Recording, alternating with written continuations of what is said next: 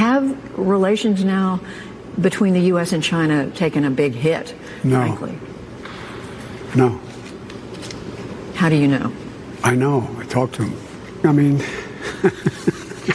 the idea of shooting down a balloon that's gathering information over America that makes relations worse. We're not looking for conflict.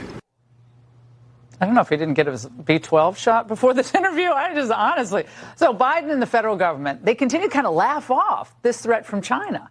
See his expression? Republican leaders at the state level, though, are taking matters into their own hands. Last month, I signed an executive order banning TikTok and WeChat on state-owned devices. Everyone knows that TikTok is a tool of the Chinese Communist Party, a dictatorial political party that only has one goal: global dominance at the expense of the United States.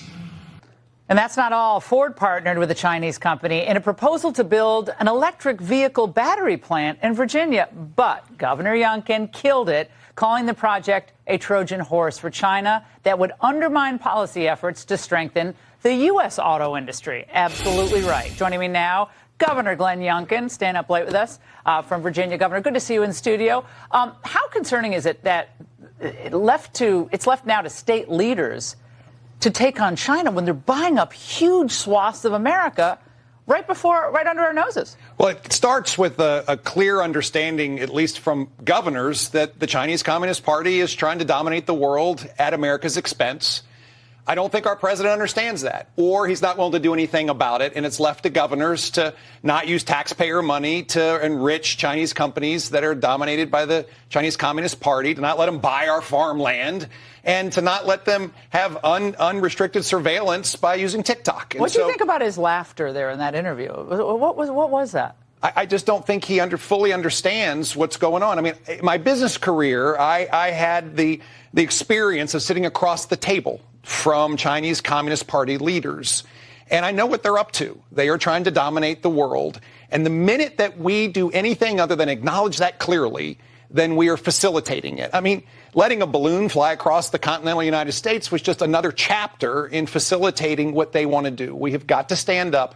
I'm really, really pleased with the fact that governors across the country have been doing this. And in Virginia, we're just not going to let them buy our farmland. We're not going to let them use TikTok. And we're not going to let them use other companies as a Trojan horse to get an economic boost that will only enrich companies that are controlled by the Chinese Communist government. Do you have any idea right now how much land or business interests China owns, currently in the Commonwealth of Virginia? Well, my biggest concern has been the fact that we have some of the most sensitive national assets in Virginia. I mean, notwithstanding the Pentagon, but we have the largest naval base in the world, Quantico, and Wallops Island, where rockets are launched all the time. And we cannot let the Chinese Communist Party buy land adjacent to any of these national security How about in installations. the state? Why should they be buying land in Virginia at all? Well, they shouldn't be. But this is a heightened concern for me in Virginia. And we have huge tracts of agricultural land, and we're just not going to let them buy it. And this is just a moment to recognize that there's clear, bright lines, and we're not going to cross them. And governors across the country are standing up and saying, why in the world are we facilitating this clear destination for China where they want to dominate the world at America's expense? Another issue you've led on is education, which is so important for us parents. And the Virginia Board of Education, I know there was a race there, and one of your appointees, Sue Parnadata, was kicked off the board 1 week after fighting with another member over whether public schools should present socialism as incompatible with democracy. Apparently that was controversial. Governor, what the heck does this tell you? Yeah, well, what it tells you is that the liberals don't think parents matter. Because Suparna is a parent, and that's why she's on. That's why I put her on our state board of education. Notwithstanding the fact that she has a master's degree in engineering and she's an Indian immigrant. But most importantly, she's a parent. And the progressive liberals don't care.